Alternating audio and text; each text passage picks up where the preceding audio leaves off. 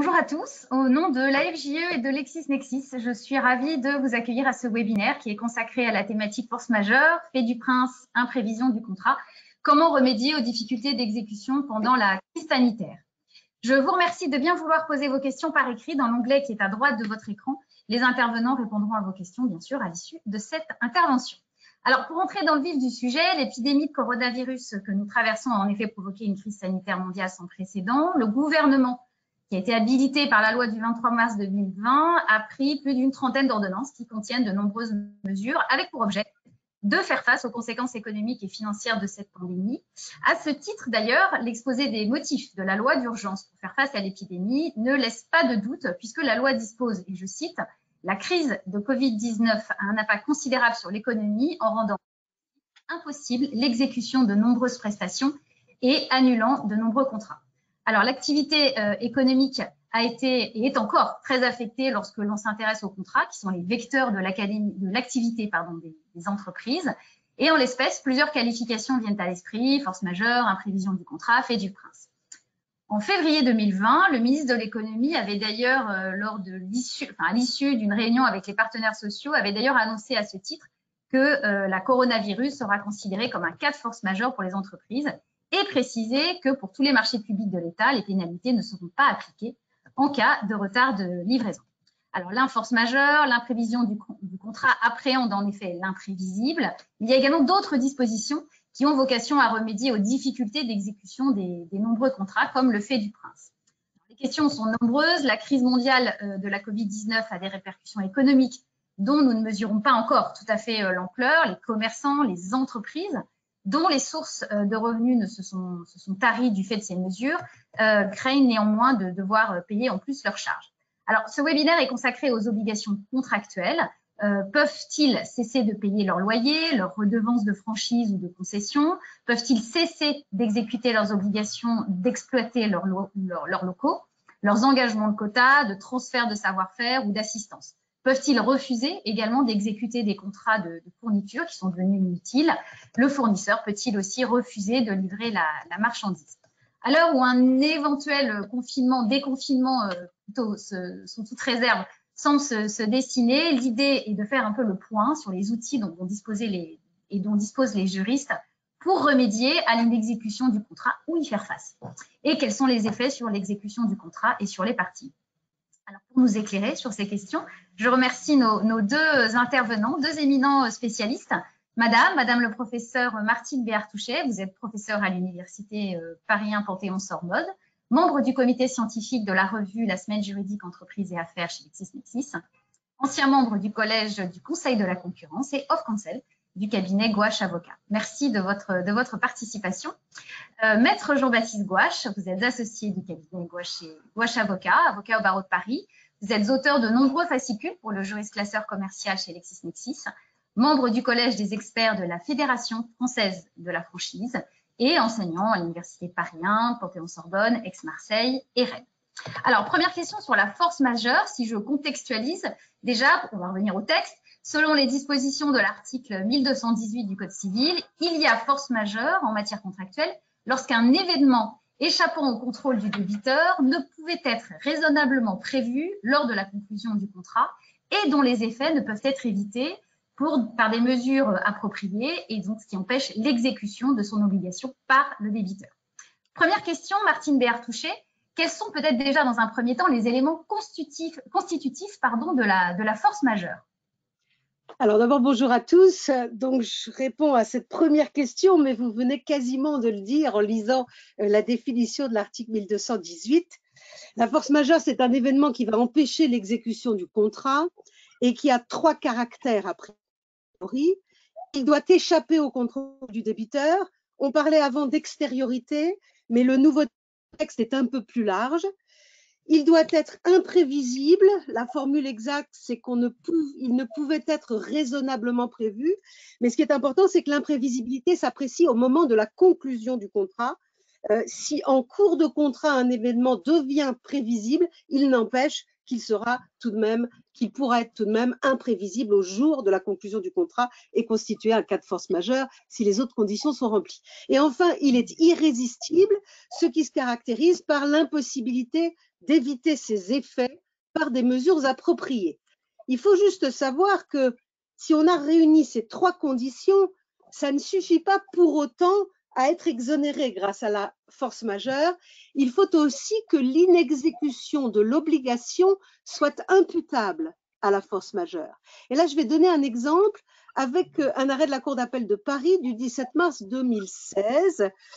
C'est une société qui exploitait des hôtels et pendant l'épidémie du virus Ebola, qui a atteint l'Afrique de l'Ouest, là ça se situait au mois de décembre 2013, c'était le moment où l'épidémie était la plus forte, et bien sûr elle a perdu une partie de sa clientèle, une grande partie de sa clientèle, et donc elle n'a pas eu de trésorerie. Et elle évoquait cette absence de trésorerie due à la baisse d'activité liée au virus Ebola. Et la Cour d'appel va admettre peut-être que ce virus Ebola pouvait constituer un cas de force majeure, mais ce qui est important, c'est que ça ne suffit pas ici à établir que la baisse ou l'absence de trésorerie serait imputable à ce virus Ebola et donc que ça puisse exonérer par cas de force majeure. Enfin, dernière remarque, la force majeure ne joue que pour un événement qui empêche le débiteur de s'exécuter. Je prends un exemple avec un arrêt de la première chambre civile tout récent du 25 novembre 2020. Ici, ce sont 2 personnes qui souscrivent un contrat d'hébergement auprès de la chaîne thermale du Soleil. Monsieur est hospitalisé en urgence pendant ce contrat et donc il doit mettre un terme à son séjour et madame le suit. Les 2 époux soutiennent après n'avoir pas pu profiter des 2 semaines de leur séjour et ils invoquent la force majeure pour être remboursés. La Cour de cassation ne les suit pas. Ici, ce sont des créanciers qui n'ont pas pu profiter de la prestation à laquelle ils avaient droit, mais ce n'est pas un problème de force majeure. La Cour de cassation refuse d'admettre ici la résolution du contrat en invoquant la force majeure parce que ce n'est pas un événement qui a empêché le débiteur, donc ici ça aurait été la chaîne thermale du Soleil, de s'exécuter. Le débiteur s'était exécuté. Donc voilà les conditions pour qu'on puisse invoquer la force majeure. Parfait, merci.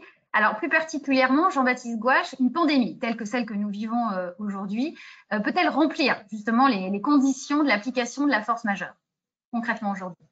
Alors, concrètement, une pandémie est extérieure aux parties. En revanche, la question de l'imprévisibilité et de l'irrésistibilité de la pandémie se pose. Et la jurisprudence examine ces 2 conditions avec beaucoup de rigueur, refusant généralement les caractéristiques de la force majeure à la pandémie. Alors, en tout cas pour des épidémies, des pandémies anciennes. Je vais vous citer quelques exemples, notamment un arrêt de la Cour d'appel de Basse-Terre, rendu à propos de l'épidémie de chikungunya. C'est un arrêt du 17 décembre 2018. Et donc, les magistrats estiment que si la présence du virus, en dépit de ses caractéristiques et de sa prévalence dans l'arc antillais, courant sur une certaine période, eh bien cet événement ne comporte pas les caractères de la force majeure. En effet, cette épidémie ne pouvait, selon eux, avoir un caractère imprévisible et surtout irrésistible, puisque dans tous les cas, cette maladie, soulagée par des antalgiques, est généralement surmontable. L'hôtel pouvait donc honorer sa prestation durant cette période. Nous étions là encore sur une question de remboursement de séjours touristiques. On a, à propos de l'épidémie de la dengue, une décision de la Cour d'appel de Nancy du 22 novembre 2010. La Cour d'appel nous explique que cette épidémie de dengue ne revêt pas un caractère imprévisible, puisqu'elle était déjà survenue par le passé, et que le dépassement de ce seuil épidémique n'était donc pas un phénomène nouveau. Donc là, on lui refuse le caractère imprévisible. Ensuite, il est jugé que le caractère irrésistible de l'épidémie de dengue n'est pas établi au regard des documents versés au débat, et notamment le fait que cette épidémie n'est concernée qu'environ 5% de la population sur la zone concernée. Elle n'était donc ni imprévisible dans son apparition, ni irrésistible dans ses effets. On a une décision de la Cour d'appel de Paris qui est plus ancienne, qui date du 25 septembre 1998, à propos, cette fois-ci, d'une épidémie de peste dans une région du monde voisine d'une escale de croisière. Donc la question qui se posait était de savoir si les touristes pouvaient annuler la réservation, et la Cour d'appel de Paris ne l'admet pas, en estimant qu'il n'y a pas un caractère ni de certitude, ni d'irrésistibilité suffisant en l'absence de consignes données aux compagnies aériennes, aux agences de voyage pour éviter la région en cours. Alors Martine Bertouchet vous a tout à l'heure rappelé ce qui s'est passé avec Ebola. Bon, maintenant, tout cela concernait des pandémies dont l'ampleur ne sont pas celles que nous connaissons actuellement avec celle de la Covid-19.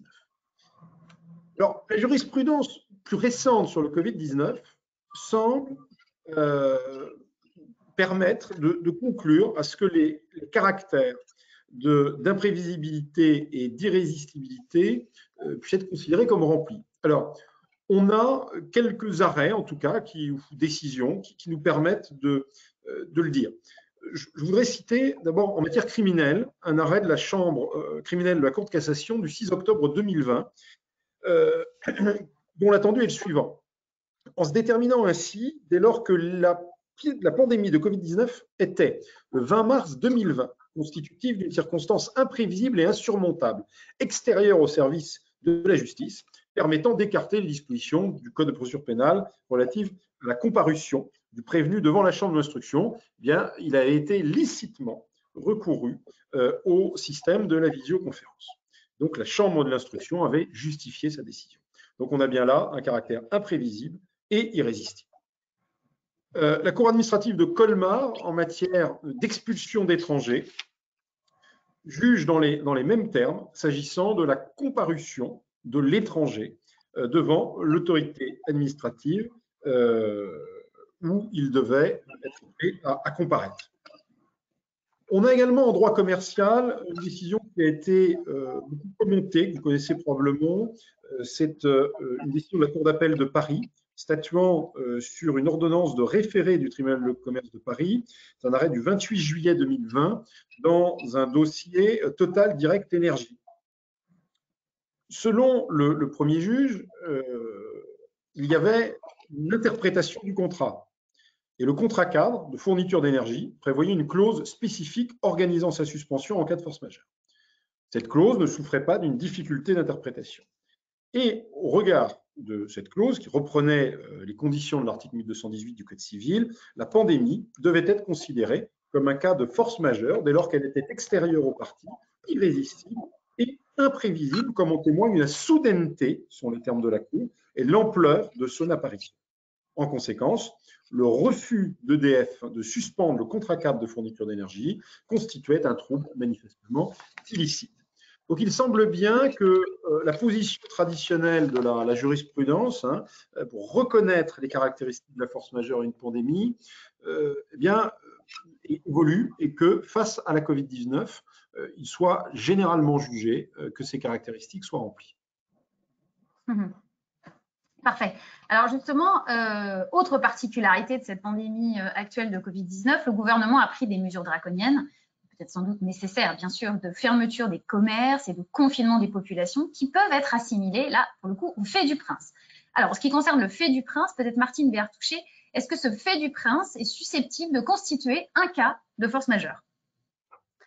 Alors, en effet, quand on est dans le cadre de mesures autoritaires, de fermeture de commerce ou autres d'ailleurs, il est parfois plus utile d'essayer de se fonder sur le fait du prince plutôt que d'essayer de montrer que la pandémie elle-même serait un cas de force majeure. Alors, qu'est-ce que c'est le fait du prince? Ça désigne un acte des pouvoirs publics constituant un obstacle absolu et insurmontable à l'exécution d'obligations conventionnelles ou légales. On peut prendre des exemples dans des domaines divers.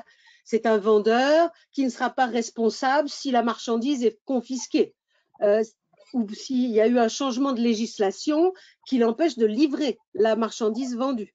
Ce sera le bailleur qui ne sera pas responsable d'une réquisition qui priverait le locataire de la jouissance des lieux. Ce sera également en cas pour un salarié qui travaillait dans un établissement de jeu, s'il perd son agrément, pour travailler dans cet établissement, eh bien, ce sera un obstacle, bien sûr, à l'exécution du contrat de travail par le fait de l'administration. Alors, les conditions pour que le fait du prince soit constitutif d'un cas de force majeure, elles ressemblent fort aux conditions de la force majeure, mais juste avec une petite nuance. Il faut d'abord que ce soit une mesure régulière. Si la mesure administrative est irrégulière, il faut faire des recours contre elle. Mais si c'est une mesure régulière, on pourra en tirer les conséquences qu'on va examiner. Ensuite, on écartera le fait du prince quand la mesure administrative est provoquée par la faute de celui qui veut s'en prévaloir. Si un commerce est fermé par l'administration parce qu'il y a eu des problèmes d'hygiène et de sécurité, c'est de la faute de celui qui voudrait se prévaloir du fait du prince. Donc là, ça ne marchera pas. Et ensuite, il faut que le fait du prince ait un caractère imprévisible pour le débiteur et irrésistible pour le débiteur. Donc, si ces 4 conditions sont remplies, on va avoir un fait du prince qui vaut force majeure. Mais surtout, il faut faire attention. Il ne faut pas se dire qu'un fait du prince est nécessairement imprévisible et irrésistible. Il faudra tout de même le montrer. Et là, je prends un exemple. On n'a pris que des exemples avec des épidémies. Mais là, je prends un exemple à propos de l'épidémie de grippe H1N1 qui a donné lieu à un arrêt de la Cour d'appel de Besançon du 8 janvier 2014. Ici, c'est une entreprise qui avait commandé des essuie-mains en tissu et qui voulait résilier son contrat avec le fabricant en disant qu'à cause de l'épidémie de H1N1, le gouvernement a pris des exigences sanitaires qui fait que les essuie-mains doivent être jetables. Et la Cour d'appel de Besançon va refuser de tenir compte de ce fait du prince parce que elle va dire d'abord, le fabricant a proposé de remplacer les essuie-mains commandés. Il avait commandé des essuie-mains en tissu, le fabricant lui proposait de les remplacer par des essuie-mains en papier jetables. Il refuse. Ce n'est pas le fait du prince qui fait, donc c'est normal qu'on ne lui admette pas. Et deuxièmement, donc là, il n'y avait pas d'irrésistibilité, puisque grâce à cette proposition du fabricant. Deuxièmement, la Cour relève que l'épidémie de grippe H1N1 avait été largement annoncée et prévue et que la commande d'essuie-mains en tissu a été passée alors qu'on savait que l'épidémie était en train d'arriver et de s'installer. Donc, elle refuse le fait que la règle sanitaire imposée par le gouvernement soit constitutive d'un cas de force majeure. Enfin, quand le fait du prince est bien imprévisible et irrésistible, il est très important de souligner qu'on peut retenir la force majeure même si le débiteur n'est pas mis dans l'impossibilité absolue d'exercer une quelconque activité, mais simplement quand il est mis dans l'impossibilité de continuer son activité dans les mêmes conditions qu'auparavant. Je prends un exemple tiré d'un arrêt de la Chambre sociale de la Cour de cassation du 19 novembre 80. Ici, on est en Guadeloupe et une clinique reçoit l'ordre de l'autorité administrative d'évacuer ses locaux et de les transférer dans d'autres bâtiments parce qu'il y a un risque d'éruption du volcan, la Soufrière. Les locaux qu'on lui prête pendant cette période sont plus petits. Ils ne peuvent pas abriter toutes ces activités et donc elle est obligée de licencier du personnel ou de suspendre des contrats de travail. Elle invoque la force majeure tirée du fait du prince et la Cour d'appel ne l'avait pas suivie au motif qu'il n'y avait pas d'impossibilité absolue d'exécution. Eh bien, sa décision est cassée par la Cour de cassation au motif que la clinique a bien été mise dans l'impossibilité de continuer de fonctionner dans les mêmes conditions qu'avant et que de ce fait, la force majeure est bien constitutive ici, le fait du prince est bien constitutif ici d'un cas de force majeure. Juste encore un mot, si on applique cela aux mesures autoritaires qui ont ordonné la fermeture des commerces, même en réservant par exemple le click and collect, on va s'apercevoir que ce sont bien des faits du prince irrésistibles et imprévisibles. D'abord, la mesure est bien régulière. Ensuite, elle n'a pas été provoquée par la faute de celui qui voudrait s'en prévaloir. Au moment de la conclusion, par exemple, du contrat de bail, la fermeture des commerces au public avait bien un caractère imprévisible. Et cette fermeture autoritaire, enfin, a un caractère irrésistible pour le débiteur. Et le fait qu'on lui réserve éventuellement le click and collect n'empêche qu'il ne peut plus, il est bien dans l'impossibilité d'exercer de la même façon qu'auparavant. Donc, les conditions sont remplies. Parfait, merci beaucoup, c'était très clair. Alors, Jean-Baptiste Gouache, dans quel cas, en fait, cela ne suffit pas à exonérer le débiteur? Alors, il faut que le fait du prince ou la force majeure eh bien, viennent affecter l'obligation du débiteur. Alors, on a par exemple vu au cabinet des clients nous confier les demandes de leurs distributeurs d'exonération de leur obligation de payer des redevances contractuelles en matière de licence de marque ou de franchise, par exemple. Si on retient l'exemple du contrat de franchise, quelles sont les obligations du franchiseur? L'obligation du franchiseur qui a comme contrepartie le paiement de la redevance, c'est d'abord l'obligation de mettre à disposition une marque. Le titre de marque existe du fait du dépôt. La mise à disposition de la marque, comme droit, a continué. Elle n'a pas été affectée par la pandémie, parce que le titre de marque a continué d'exister. Ensuite, mettre à disposition un savoir-faire. Ce savoir-faire, il est identifié dans un manuel opératoire, généralement mis à disposition sur des serveurs, sur l'intranet de l'enseigne. Le franchiseur a continué de mettre ce savoir-faire de manière effective à disposition. Les accès intranet n'ont évidemment pas été affectés par la pandémie de Covid-19. En dernier lieu, une assistance à l'exploitation de la marque et du savoir-faire doit être prestée. Le franchiseur a eu la possibilité matérielle de dépêcher des équipes, le cas échéant auprès des franchisés, et a de toute façon organisé une assistance numérique. De telle sorte que ces obligations ne se sont pas trouvées paralysées ni par la pandémie, qui serait constitutive du cas de force majeure, ni par les décisions administratives de fermeture des commerces au public. En revanche, le franchisé s'est vu affecté dans certaines de ses obligations édictées au contrat de franchise. Par exemple, l'obligation d'ouvrir le local dans lequel il exploite la marque et le savoir-faire au public. Donc le franchiseur ne pouvait pas en tirer parti pour lui reprocher un manquement qui serait fautif et, en conséquence, résilier le contrat. Ou encore, dans une franchise de restauration, le franchisé pouvait continuer à exploiter la marque pour faire de la vente livrée ou à emporter, mais il ne pouvait plus servir de repas sur place. Il était donc affecté dans son usage. Mais pour autant, les contreparties de la redevance, telles que définies au contrat, lui ont bien été délivrées. Et en conséquence, les obligations du franchiseur n'ont absolument pas été affectées. Quant à l'obligation de payer du franchisé, a-t-elle été affectée? Non, elle n'a pas été affectée. Et d'ailleurs, cette problématique, on la retrouve beaucoup dans les baux commerciaux, où les bailleurs opposent au preneur un arrêt de la Cour de cassation du 16 septembre 2014, dans lequel la Cour de cassation retient que le débiteur d'une obligation contractuelle de somme d'argent ne peut s'exonérer de cette obligation en évoquant un cas de force majeure. Donc, on voit bien, il faut que le cas de force majeure affecte une obligation particulière en empêchant de manière irrémédiable son exécution. Très bien. Alors, sur peut-être maintenant les effets de la force majeure, concrètement, on voit la force majeure, elle exonère le débiteur dont l'obligation ne peut plus être exécutée. La force majeure a en effet l'exécution du contrat impossible.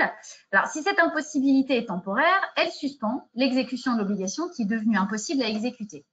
Ma question est la suivante, peut-être, est-ce que vous pouvez détailler ce point, expliquer vraiment en quoi elle suspend l'exécution de l'obligation qui est devenue impossible à exécuter? Donc, des détails sur ce point, peut-être Martine Bertouchet. Peut-être aussi citer quelques exemples par rapport à ça.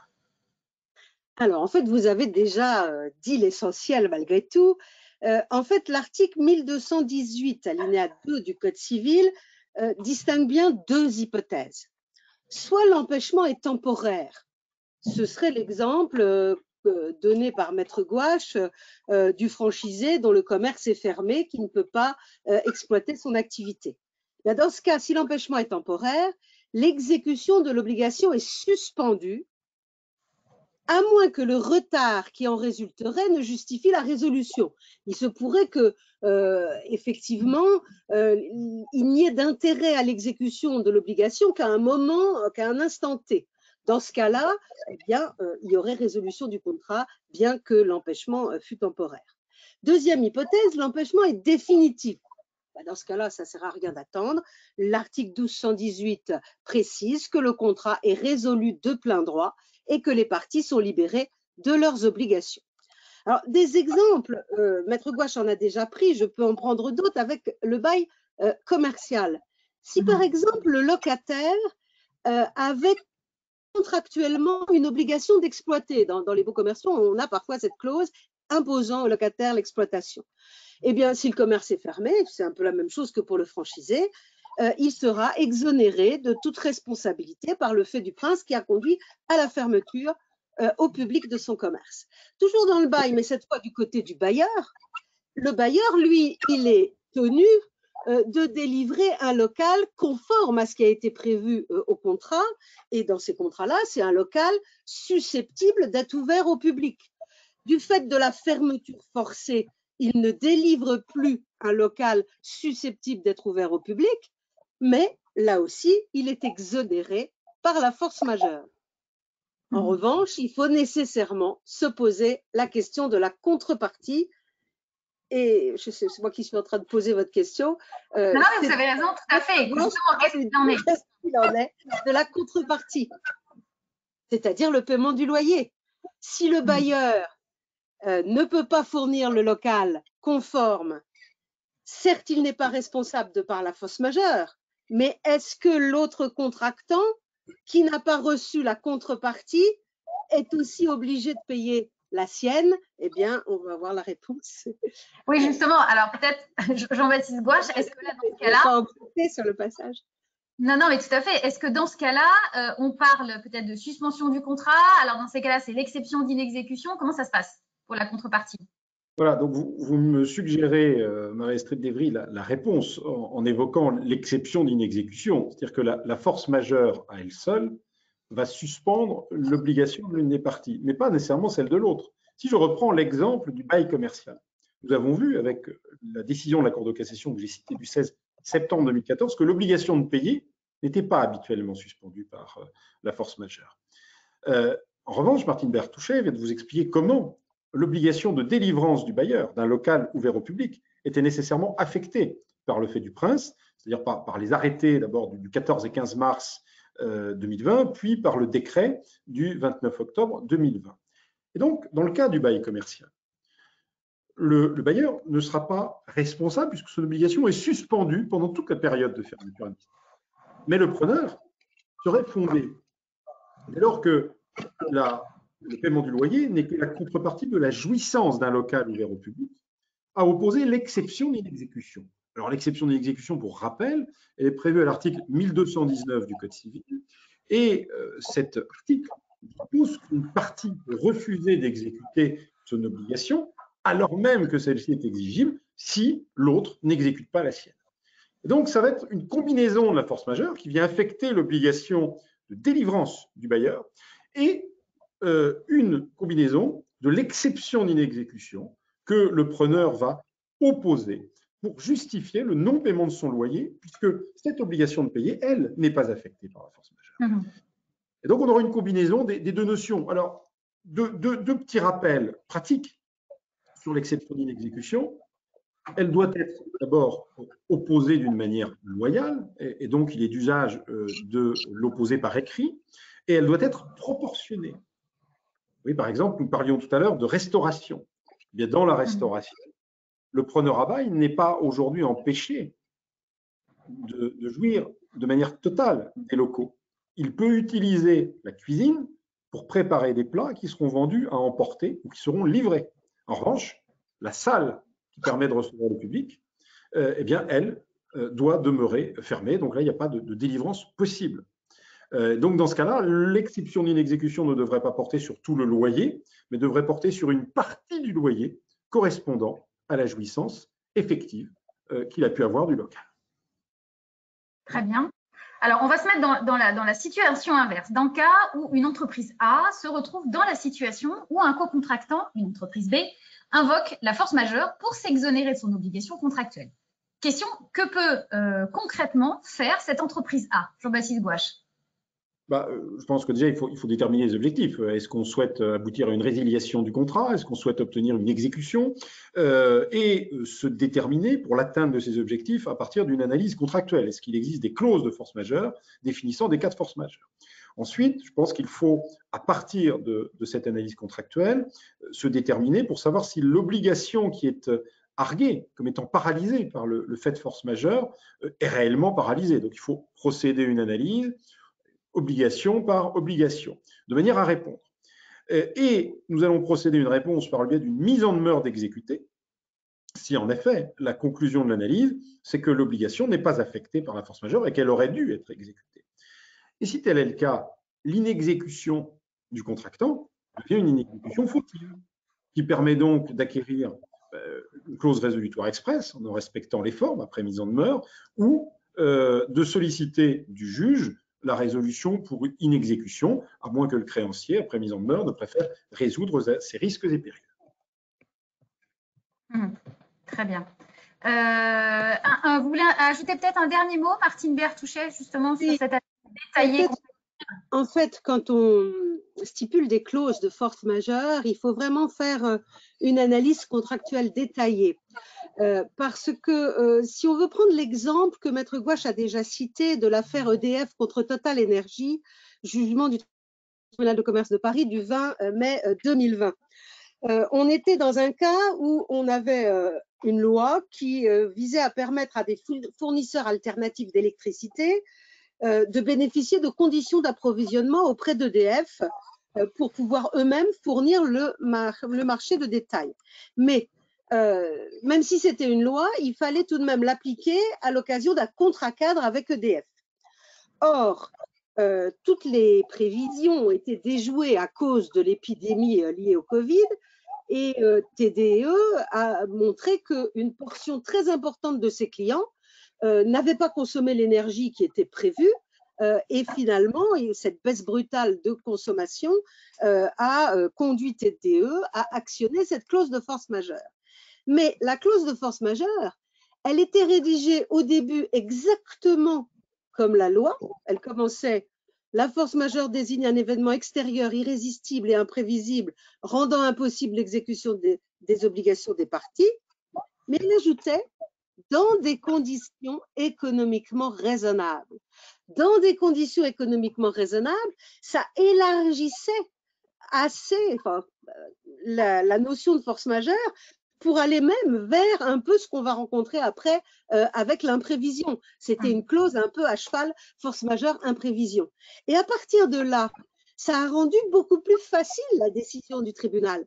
Alors, bien sûr, il a relevé que le virus était irrésistible, imprévisible, mais surtout, il a montré que puisqu'il s'agissait simplement de rendre l'exécution des obligations impossibles dans des conditions économiques raisonnables, le fait d'avoir, par exemple, un surcoût considérable, eh bien, pouvait entrer dans cette définition élargie de la force majeure. Donc, ça veut dire que non seulement il faut savoir se servir de ces clauses pour éventuellement définir un peu plus largement le cas de force majeure, voire un peu le minimiser, mais ça, c'est une question sur laquelle je vais dire quelques mots après. Mais ensuite, quand il y a une clause de force majeure dans le contrat, il est bien entendu que les règles qu'on a énoncées du droit commun des contrats, finalement, elles cèdent la place face à l'interprétation des parties dans la clause et l'application de la force obligatoire du contrat. Cela étant, toutes ces clauses de force majeure ne vont pas être nécessairement toujours valides. Si on met une clause de force majeure dans un contrat B2C et qu'on a tendance à priver le consommateur de la possibilité d'être exonéré par la force majeure, ce sera une clause abusive. Dans un contrat B2B, de la même façon, si la clause est rédigée de manière défavorable à une partie qui a été soumise par l'autre pour accepter cette clause, eh bien, il y a un risque fort que le déséquilibre significatif soit admis sur le fondement de l'article L442-1 du Code de commerce et que la clause soit nulle. Et puis, pour les clauses alors rédigées tellement largement que finalement on est exonéré dans trop de cas, eh bien, il faut faire attention à une requalification en clause de non-responsabilité et donc à l'application de l'article 170 du Code civil qui fait que cette clause serait nulle si elle porte atteinte en fait à l'essence du contrat, à l'obligation essentielle. Donc, il faut les manier aussi avec prudence. Mais quand les clauses ont plutôt tendance à élargir les possibilités d'invoquer la force majeure, comme celle de l'arrêt EDF et du jugement EDF, eh bien, elles peuvent être intéressantes parce que ça nous permet de maîtriser un peu les limites et d'encadrer la force majeure. Tout à fait, merci pour ces précisions. Alors, vous citiez tout à l'heure la petite nouveauté française, alors nouveauté même si elle a 4 ans, c'est l'imprévision du contrat. En effet, l'ordonnance du 10 février 2016 portant réforme du droit des obligations a introduit dans notre droit la théorie de l'imprévision. Alors, je le cite, si un changement de circonstances imprévisible lors de la conclusion du contrat rend l'exécution excessivement onéreuse pour une partie qui n'a pas accepté d'en assumer le risque, celle-ci peut demander une renégociation du contrat à son co-contractant. Elle continue à exécuter ses obligations durant la renégociation. En cas de refus ou d'échec de la renégociation, les parties peuvent convenir de la résolution du contrat à la date et aux conditions qu'elle détermine ou demander d'un commun accord au juge de procéder à son adaptation. À défaut d'accord dans un délai raisonable, le juge peut, à la demande d'une des parties, réviser le contrat ou y mettre fin à la date et aux conditions qu'il fixe. Première question justement sur ce sujet, Martine Bertouchet, quel est le régime d'application et peut-être mentionner les différences avec la force majeure? Alors, tout le monde se rappelle de l'arrêt Canal de Craponne de 1876 qui a refusé d'admettre l'imprévision dans notre droit.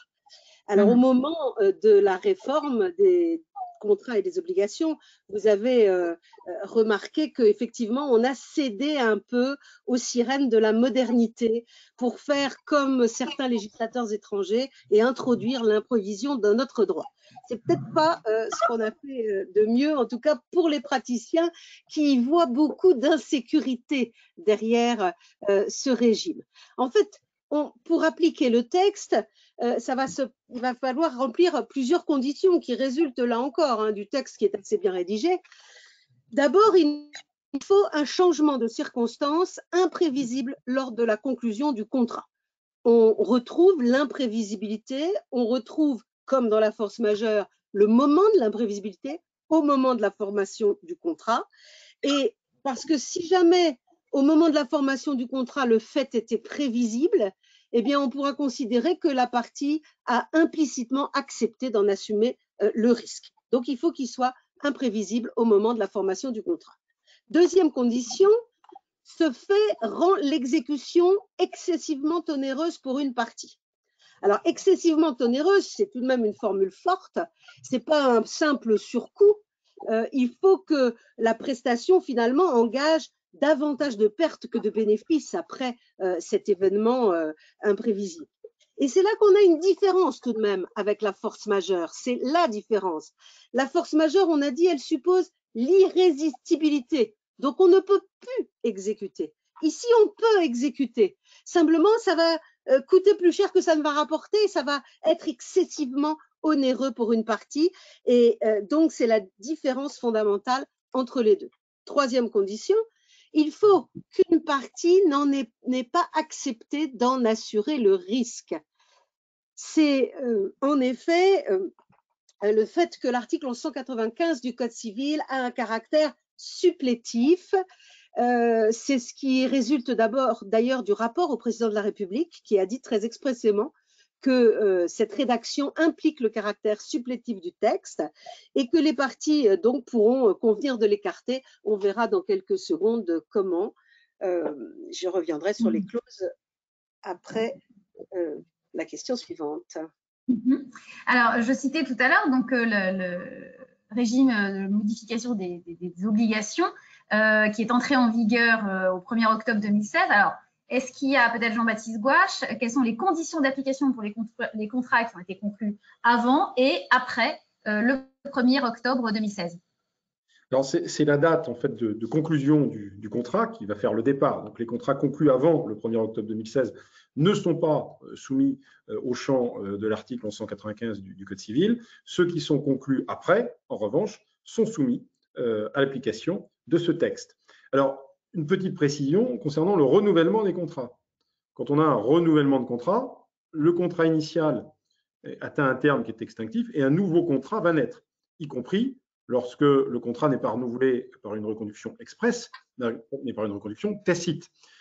Donc, ça signifie que, en réalité, quand on entend votre question, on aurait pu ou dû entendre contrat conclu ou renouvelé. Donc, il faut s'intéresser à la conclusion ou au renouvellement, et c'est bien cette date du 1er octobre 2016 qui fait le départ. D'accord. Très bien. Alors, qu'en est-il justement des clauses contraires? Alors, ces clauses, donc, qui résultent du fait que 1195 est un texte supplétif, il peut s'agir d'abord d'une clause qui vient limiter les pouvoirs du juge. On peut penser non pas à écarter totalement l'article 1195, mais à dire que, par exemple, le juge ne pourrait pas réviser le contrat pour imprévision, bien qu'on n'ait pas encore développé les effets, mais qu'il pourrait simplement résilier le contrat s'il estimait qu'il y avait imprévision.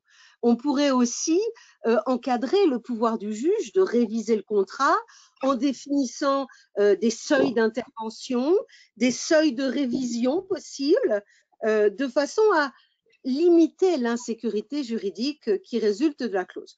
Ou on peut totalement stipuler comme avant une clause de hardship, une clause d'imprévision, dans laquelle on va définir ce qu'on entend par bouleversement des circonstances économiques, dans laquelle on pourra définir ce qu'on entend par exécution excessivement onéreuse, dans laquelle on pourra aussi préciser la procédure contractuelle, avec toujours tout de même la limite du déséquilibre significatif dont va nous parler Maître Gouache. Oui, voilà, justement. Donc, quand on parle d'excessive onérosité, convient-il en fait d'apprécier cette excessive onérosité de l'exécution au niveau du contrat en cause, donc là, c'est ce qu'on appelle l'appréciation objective, ou au regard des facultés du débiteur, et là, c'est l'appréciation subjective. Peut-être Jean-Baptiste Gouache sur ce point.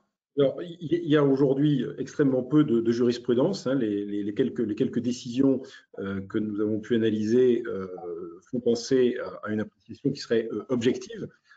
Et c'est d'ailleurs ce qu'il conviendrait de souhaiter, puisque l'interprétation subjective ne serait pas faite au regard du caractère onéreux de l'exécution du contrat, mais finalement à la difficulté de financement de l'exécution par l'une de ses parties, ce qui ne devrait pas être le sujet du juge, qui devrait simplement, d'une manière objective, s'assurer qu'un contrat n'est plus exécutable. Très bien. Dernier point, peut-être avant qu'on prenne des questions sur les effets de l'imprévision du contrat. Donc, le nouvel article, vous citiez 1195 du Code civil, offre la possibilité à une partie donc, de demander la renégociation du contrat ou de l'avoir ordonné par le juge. Il permet également au juge du contrat de prononcer sa modification pour en permettre la poursuite ou à défaut sa résolution. Donc, cette procédure reste quand même en pratique assez exceptionnelle. Question peut-être Martine Bertouchet, lorsqu'une partie au contrat invoque l'imprévision du contrat, quelles sont concrètement les conséquences pratiques?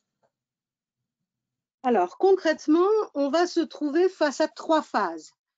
2 phases où on arrive encore à maîtriser les choses, une phase où on perd la maîtrise de la situation. Bon, la première phase, le texte nous dit une partie peut demander une renégociation du contrat à son co-contractant. Beaucoup d'auteurs en doctrine avaient rigolé en disant bien sûr qu'on peut demander une renégociation, il n'y a pas besoin que ce soit dans le Code civil. Ce qui est plus important, c'est que le Code nous précise tout de même qu'on doit continuer à exécuter son obligation pendant la renégociation. Donc ça, la deuxième phrase est plus importante. Bon, là, on maîtrise encore les choses. Deuxième phase, en cas de refus ou d'échec de la renégociation, les parties peuvent convenir, donc là c'est encore un accord de volonté, soit de la résolution du contrat à la date et aux conditions déterminées, soit de demander d'un commun accord au juge de procéder à son adaptation. Donc là on maîtrise encore parce que ça suppose un accord des parties. Donc, si on ne veut pas le donner, on ne donne pas son consentement. Je pense que les cas où on demandera d'un commun accord au juge de procéder à l'adaptation du contrat seront néanmoins tout de même rarissimes. Dans la phase suivante, là, on perd la maîtrise. Donc, il n'y a pas eu d'accord. On n'a pas été d'accord. Eh bien, à défaut d'accord, dans un délai raisonnable, le juge peut, à la demande du parti, réviser le contrat et y mettre fin à la date et aux conditions qu'il fixe. Donc, d'abord, c'est très dur de fixer un prix et le juge qui révise le contrat va devoir finalement fixer le prix du contrat qui va s'appliquer. Surtout ensuite, il a la maîtrise de la date. Ça veut dire qu'il peut soit maîtriser dans le temps les effets de sa décision en prévoyant en quelque sorte un préavis et en disant que sa décision s'appliquera dans les 2 mois ou dans le mois qui suit, soit au contraire choisir de faire rétroagir cet effet pour couvrir les conséquences négatives de la situation d'imprévision à partir du moment où l'événement d'imprévu qui a bouleversé le contrat est survenu. Et puis ensuite, le juge fixe aussi les conditions. Il peut préciser les modalités de la rupture s'il décide de résilier, donc des modalités notamment financières. Et le juge peut aussi modifier le contrat, pas uniquement sur le prix, mais sur d'autres éléments. Et certains juges, quand le texte est paru, se sont même demandé si c'était encore de l'exercice du pouvoir juridictionnel, si ça n'allait pas plus loin que cette fonction juridictionnelle. Donc, le juge devient un peu la régulateur du contrat et c'est tellement important que ça nous fait dire qu'il faut peut-être essayer d'échapper à cela en stipulant les clauses contraires dont on a parlé précédemment. Alors justement, peut-être là je m'adresse à l'avocat. Concrètement, en fait, cette possibilité qui est offerte par l'article 1195 du Code civil, est-ce qu'elle est souvent invoquée par les parties et quels sont les risques et peut-être aussi les intérêts pour les parties d'invoquer cet article 1195? Jean-Baptiste Gauche. Aujourd'hui, ce texte reçoit très peu d'applications. Tout d'abord parce qu'il y a un stock de contrats qui ont été conclus ou renouvelés avant le 1er octobre 2016. Ensuite, parce qu'on est très souvent face à des contrats qui ont stipulé des clauses pour écarter l'application de l'article 1195. Aujourd'hui, c'est le cas dans tous les baux institutionnels, c'est le cas dans la plupart des contrats de distribution que nous pratiquons. Et ça, vous le recommandez? C'est quelque chose que vous recommandez? Nous, on le pratique. Côté enseigne ou côté industriel, systématiquement, on écarte l'imprévision parce qu'on estime que cette disposition présente beaucoup d'inconvénients. En premier lieu, l'inconvénient de devoir exécuter le contrat pendant tout le processus. Ce processus, Martine Bertouchet l'a décomposé avec ses phases, est susceptible d'être extrêmement long. Donc en fait, il ne se justifie pas dans des contrats dont l'horizon est le court terme, le moyen terme. Il se justifie dans des contrats dont l'horizon est le long terme, voire le très long terme. En second lieu, le juge détermine les effets de sa décision et donc il fixe la date de la révision imprévue. Il n'y a pas de rétroactivité d'acquise. Donc en fait, on a un avantage qui risque d'être finalement obtenu pour un moment d'exécution assez lointain et contrairement au mécanisme de révision, par exemple en matière de baux commerciaux, il n'y a pas de rétroactivité à la demande.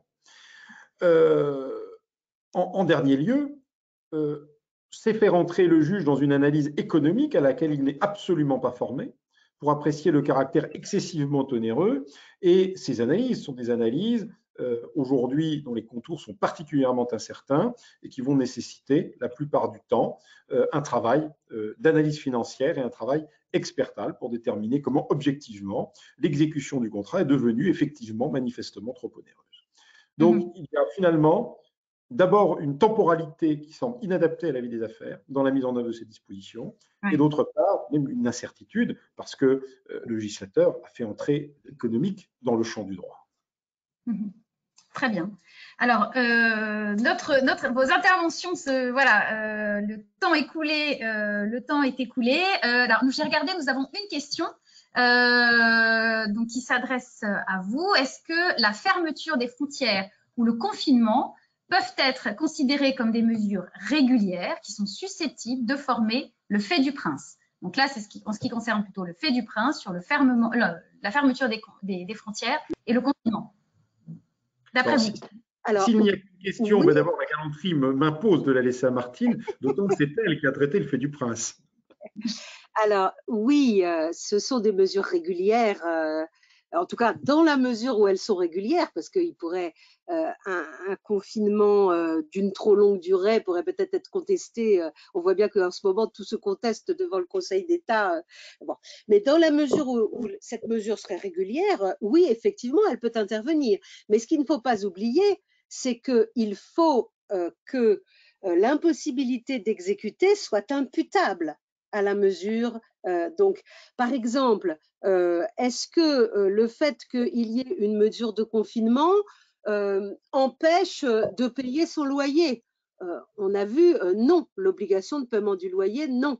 En revanche, on l'a invoqué par contre quand certains bailleurs qui n'avaient pas pu fournir un local susceptible d'être ouvert au public opposaient le fait, lors du premier confinement, que la vente à emporter était possible. D'accord, la vente à emporter était possible, mais d'un autre côté, les gens étaient confinés. Et dans le premier confinement, c'était un confinement très strict. Ils ne pouvaient pas sortir pour aller chercher cette vente à emporter. Donc, on voit bien là que le confinement montrait que la vente à emporter ne créait aucune possibilité vraiment d'obtenir des revenus à partir du lieu loué. En revanche, la vente à livrer pouvait, la livraison était possible et la vente à livrer pouvait permettre d'obtenir un peu de revenus. Et donc, c'est pour ça que, comme Maître Gouache vous l'a dit tout à l'heure, si le locataire invoquait l'exception d'inexécution, il fallait qu'il tienne compte au moins des revenus qui ressortaient de la vente à louer. Mais donc, ça peut être pris en considération, oui. Peut-être que Maître Gouache veut ajouter quelque chose. Non? Merci, c'est parfait. Parfait. Très bien. Bah, écoutez, le temps imparti est écoulé. Voilà, je tiens, au nom de la FJE et de LexisNexis, à remercier nos deux intervenants, Madame le professeur Martine Béard-Touché et Maître Jean-Baptiste Gouache. Je vous remercie infiniment de votre temps et de l'expertise et aussi de la clarté de vos propos. Merci pour le temps que vous nous avez consacré. Je vous souhaite donc à tous une excellente après-midi. À bientôt. Au revoir. Merci beaucoup et merci pour votre invitation. Merci aux éditions LexisNexis et à la FJE. Excellente journée à tous. Merci beaucoup. Au revoir. Au revoir.